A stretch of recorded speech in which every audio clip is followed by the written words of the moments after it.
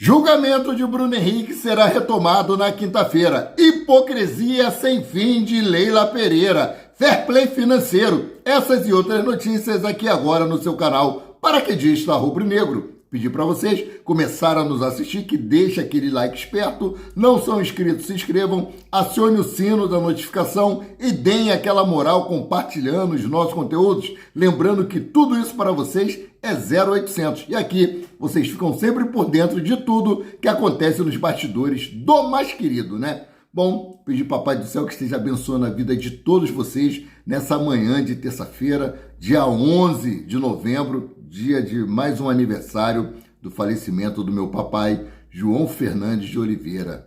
Bom, vamos lá, galera. O elenco do Flamengo, após a vitória aí sobre o Santos por 3-2, meu Deus do céu, que sufoco aquele jogo, hein? Naquele finalzinho ali, que o Flamengo por pouco não cede o empate, né? A Arrascaeta ainda perdeu um gol de pênalti, né? Poderia ter se isolado aí na artilharia do Campeonato Brasileiro, mas não deu, né? E o Neymar, né, cara? Eu sei, o jogo foi domingo, hoje é terça-feira, mas eu não fiz vídeo ontem, só para relembrar. Neymar, na saída ali do primeiro tempo, final do primeiro tempo, foi entrevistado pelo repórter, né?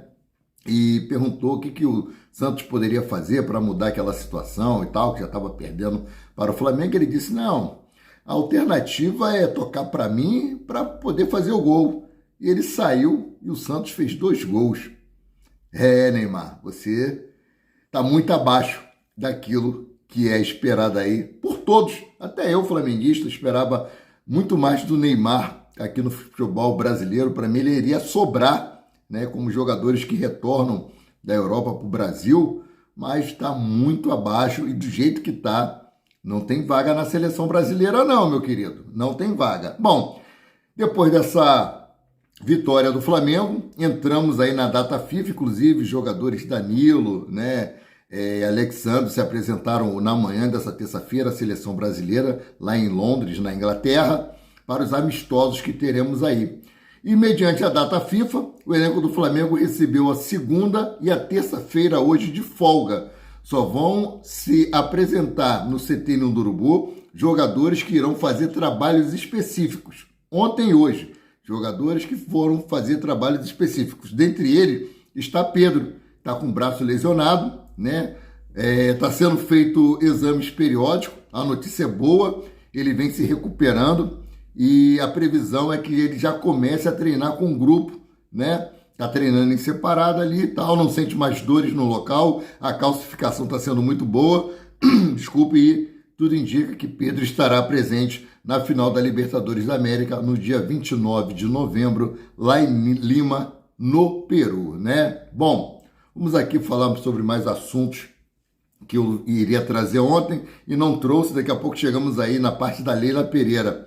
O Flamengo pode lucrar novamente com o João Gomes, que atualmente, né, é destaque do Wolverhampton da Inglaterra. Segundo o portal inglês Team Talk, né, o Manchester United tem interesse na contratação do volante, especialmente diante da indefinição sobre o futuro de Casemiro.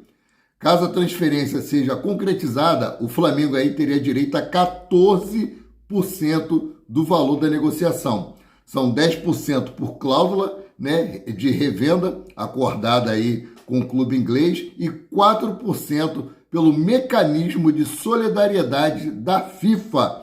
Não dependendo do valor a qual João Gomes for negociado, o Flamengo vai receber 14% aí, mais dinheiro entrando nos cofres do Mengão. De onde vem o dinheiro do Flamengo? É isso aí, bons negócios, bons contratos, bons patrocínios.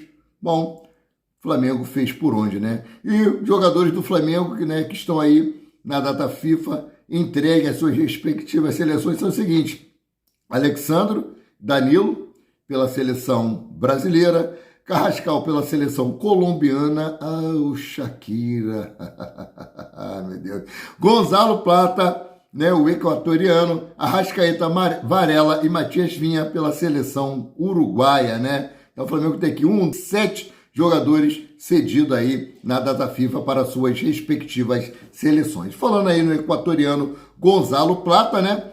Gonzalo Plata novamente aí foi filmado numa balada, né? Lembrando, ele foi expulso, né? Então ele não poderia atuar contra o Santos e logo em seguida se apresentaria aí para a seleção equatoriana.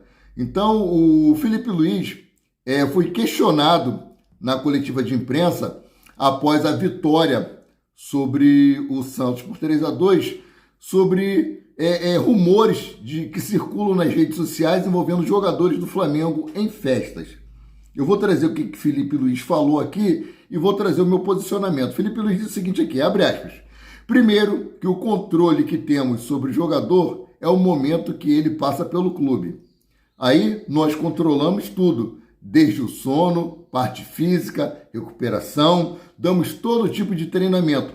Essa é a parte que nós podemos controlar. Fora dali, cada um tem a sua vida, cada um faz o que quiser. Fecha aspas, disse o treinador. Eu penso da mesma forma. O jogador está de folga, ele faz o que ele quiser da vida dele. Ele que tem que ter a consciência que seu corpo é a sua ferramenta de trabalho e que ele precisa estar bem física e psicologicamente para poder render dentro de campo. Senão as cobranças vão vir. Aí depois não adianta vir falar que eu não estou bem psicologicamente, eu não estou bem, mas o cara na folga dele faz o que quiser. Cansei de ir no trabalho ver os colegas chegar lá na segunda-feira, bebi o final de semana todo. Tu vê que o cara estava virado, mas estava lá no trabalho, cumprindo as funções dele. Então, aí eu vou trazer o que Felipe Luiz falou sobre isso. Felipe Luiz explicou que o principal critério de avaliação segue segundo o rendimento. Segundo ele, o comportamento fora de campo reflete naturalmente no desempenho e, consequentemente, nas escolhas da comissão técnica. Se ele tem entrado todas as vezes como titular no time de Felipe Luiz, é porque ele tem rendido nos treinos. Lembrando que ele já foi punido, já recebeu uma multa por ter faltado treino. Qual motivo não foi revelado? Tá?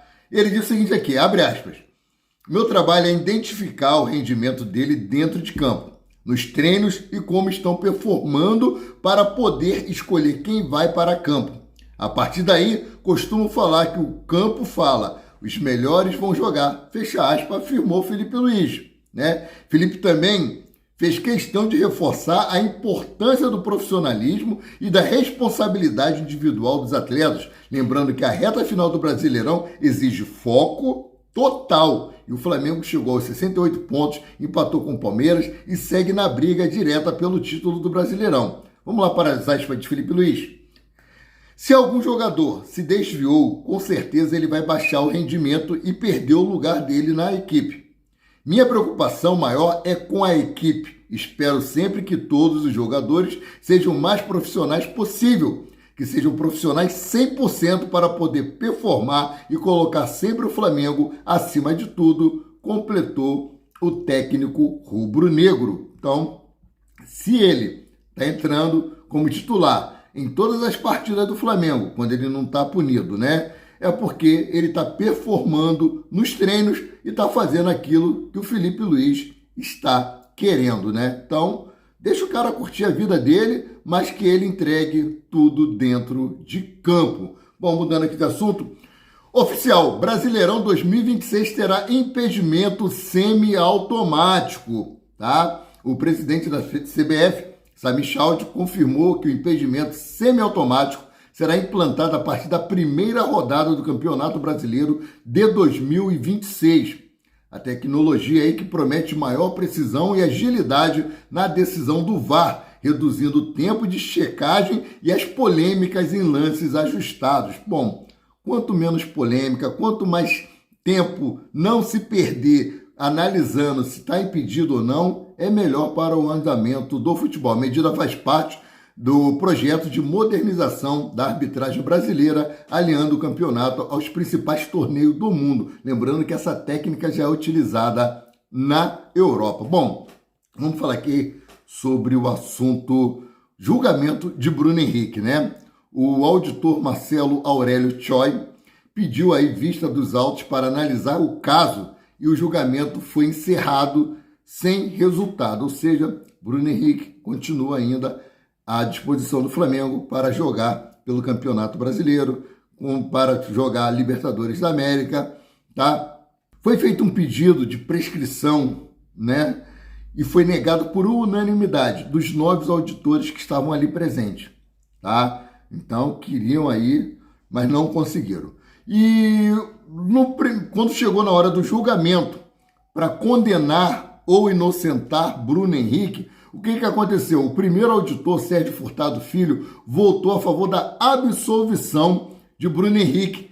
Então, mediante ao primeiro auditor ter pedido a inocência do Bruno Henrique, foi pedido aí a solicitado, né, que tivesse uma revisão à vista dos autos, né, pelo Marco Aurélio Schoy, doutor Marco Aurélio Schoy. Então, o novo julgamento do Bruno Henrique está previsto para quinta-feira, dia 13, mais conhecido como depois de amanhã, às 15 horas, em sessão única, ou seja, será definido de uma vez qual será a punição dada a Bruno Henrique. Será inocentado? Se vai aumentar a pena? Tudo isso aí está causando uma grande polêmica, principalmente nos bastidores. Paulo Vinícius Coelho achou um absurdo a multa de R$100 mil. Soltou os bichos, cuspiu marimbondos. Aí veio a dona Leila Pereira. Então a Leila Pereira não está nem um pouco satisfeita por esse adiamento do julgamento de Bruno Henrique, principalmente por um auditor ter julgado o caso inocentando ele. Vamos para o que disse Leila Pereira, abre aspas. O Palmeiras sempre se respeitou e seguirá respeitando as instituições, mas espero o mesmo respeito de volta. O que está acontecendo não é justo. Um atleta condenado por uma infração grave e joga normalmente por 2 meses, inclusive fazendo gols decisivos. Aí, quando finalmente é marcado um novo julgamento, vota-se pela absolvição desse atleta e a sessão é adiada. Enquanto isso, o Alan, que era réu primário, pega 2 partidas de suspensão por um lance de jogo e depois tem a punição retificada pelo tribunal em pouco mais de 15 dias. E tudo isso acontecendo em uma semana decisiva, quando já teríamos vários desfalques por conta da data FIFA, fecha aspas, disse a Leila Pereira. Cara, o jogador dela, né, está sendo acusado de homofobia e até agora não foi julgado. E eu vou falar sobre isso daqui a pouco. Aí o Flamengo se posicionou com relação às falas de Leila Pereira. Internamente, a nota de Leila Pereira, que questionou o Superior Tribunal de Justiça Desportiva no julgamento do caso Bruno Henrique, diz o seguinte aqui, abre aspas, ela só falou do Bruno Henrique. Por que ela não criticou o caso do Vitor Roque, que foi denunciado por fazer publicação de cunho homofóbico? Acho que ela poderia se posicionar sobre esse tema. Até agora, ele não foi julgado. E ela nem citou isso aí, por quê?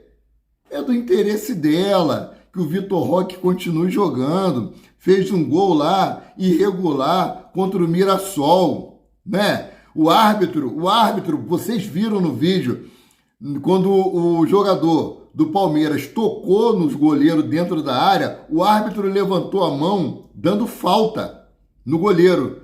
Quando o Vitor Roque marcou o gol, ele apontou o meio de campo. Ele mudou, assim, fração de segundos, a decisão dele, sendo favorável ao Palmeiras, né? Bom, vamos lá. Flamengo informa que uma das suas propostas apresentadas para o fair play financeiro do futebol brasileiro é proibir a grama sintética, ou seja, adeus aos tapetinhos. Isso já está sendo falado desde 2023. Falaram que ia ser implantado em 2025, porque estava muito em cima na época. 2025 está acabando e até agora continua aí vários campos sintéticos. Vamos para as aspas aqui. Os gramados de plástico devem ser eliminados imediatamente de todos os torneios nacionais profissionais. Discrepância nos custos de manutenção entre gramados naturais e artificiais provoca desequilíbrios financeiros entre os clubes e prejudica a saúde física dos atletas, afirma aí o Flamengo, está em nota oficial. O Clube de Regata do Flamengo continuará participando da elaboração e execução do Sistema de Sustentabilidade do Futebol, SSF, conforme proposta da Confederação Brasileira de Futebol, e já cumprimenta a entidade para louvável iniciativa. Já está cumprimentando a entidade pela iniciativa de acabar com os gramados sintéticos. Mas quando será isso? Vai ser agora para 2026? 2027, 2028, ou vai adiando cada vez mais?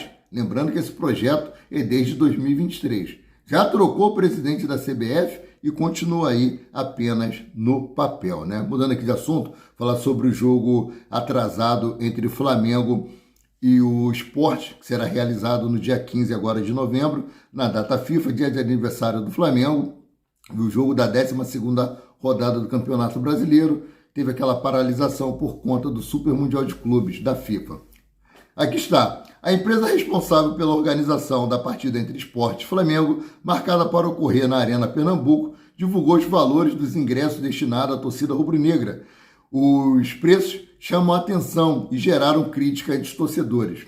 De acordo com as tabelas divulgadas, os bilhetes custam Norte superior R$ 250 a inteira, R$ 125 a meia.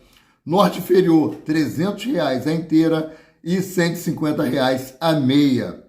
Os valores foram considerados altos por parte da torcida, que questiona a política de preços adotados para o jogo.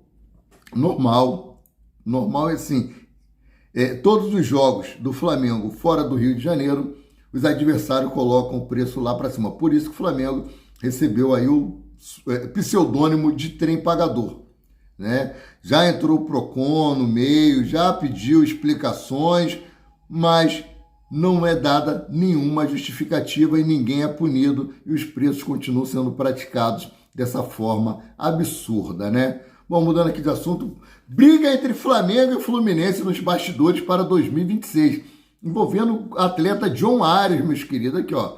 Para a próxima temporada, podemos ter um Fla-Flu nos bastidores do mercado na janela de transferência da virada do ano sobre a contratação do meia John Arias. Os rivais cariocas estão de olho na situação do craque colombiano na Inglaterra. Excelente jogador, seria uma ótima aquisição para o Flamengo, mas pelo que diz aqui a matéria, ele não deseja vir para o Flamengo, o desejo dele é retornar para o Brasil, mas para o próprio Fluminense. Tem uma cláusula no contrato, né, que dá prioridade ao Fluminense de uma aquisição do atleta. Ou seja, se chegar um clube lá oferecer um valor, o Wolverhampton tem que comunicar ao Fluminense se o Fluminense vai querer cobrir aquele valor, né, para poder trazer o jogador de volta. Ou seja, prioridade é sempre para o Fluminense. Vamos aqui, ó, de acordo com informações apuradas pelo setorista do perfil Hora do Flu, né, o colombiano teria se arrependido de sair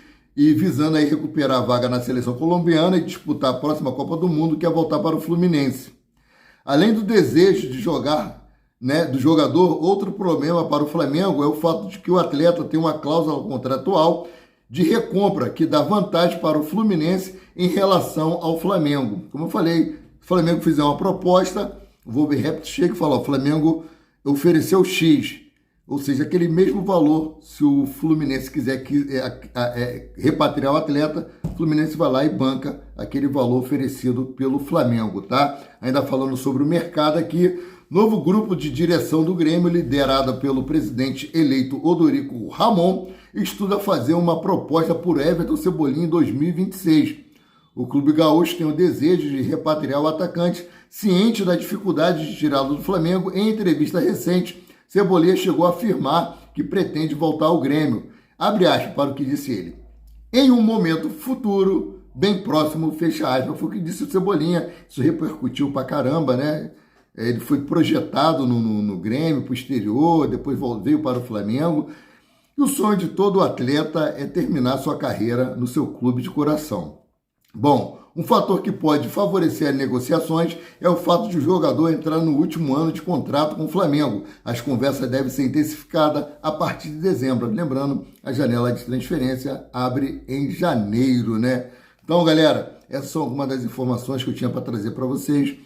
né, sobre o nosso clube de coração, mas a hipocrisia da Leila Pereira, fair play financeiro, o elenco do Flamengo de folga hoje, retorna aos treinos todo o elenco amanhã, quarta-feira, né, dia 12, e hoje só estará no CT Ninho do Urubu atletas que vão fazer trabalhos, necessitam de trabalhos específicos. Sendo assim, eu, Amaury de Paula Santos, o paraquedista rubro-negro, fico por aqui voltando a qualquer momento com mais notícias sobre o rubro-negro, mais querido e mais amado do Brasil e do mundo, o Clube de Regatas do Flamengo. Saudações e fiquem com Deus.